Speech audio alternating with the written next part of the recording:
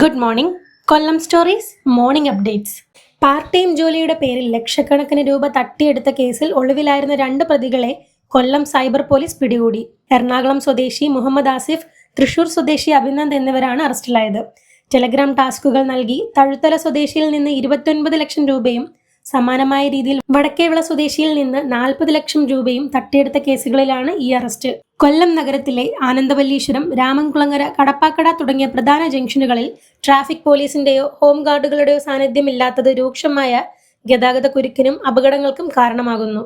Office, school സമയങ്ങളിൽ പോലും ഉദ്യോഗസ്ഥരില്ലാത്തതിനാൽ സ്വകാര്യ ബസ്സുകൾ സിഗ്നൽ തെറ്റിക്കുന്നതും ബൈക്കുകളുടെ അമിത വേഗതയും കാൽനടയാത്രക്കാർക്ക് ഭീഷണിയാകുകയാണ്.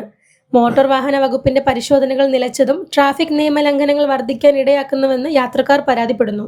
കൊല്ലം അറുന്നൂറ്റിമംഗലം ഡിവിഷനിലെ മൂന്നാംകുറ്റി മാർക്കറ്റ് പരിസരത്തുള്ള പഴയ ശുദ്ധജല സംഭരണി തകർച്ചാ ഭീഷണിയിലായത് പ്രദേശവാസികളെ ഭീതിയിലാഴ്ത്തുന്നു.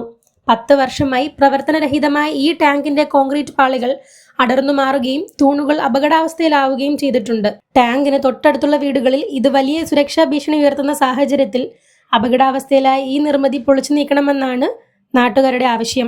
റെയിൽവേ ഭക്ഷണത്തിന്റെ ശുചിത്വം ഉറപ്പാക്കാൻ പാചകപ്പുരകളിൽ CCTV സ്ഥാപിക്കുമെന്ന് ദക്ഷിണ റെയിൽവേ NK പ്രേമചന്ദ്രൻ MP അറിയിച്ചു.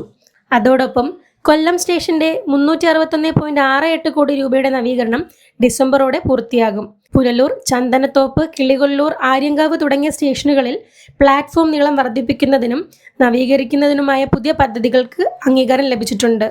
ഇന്നത്തെ സ്വർണ്ണവില: പവന് 1,01,200 രൂപ, ഗ്രാമിന് 12,650 രൂപ.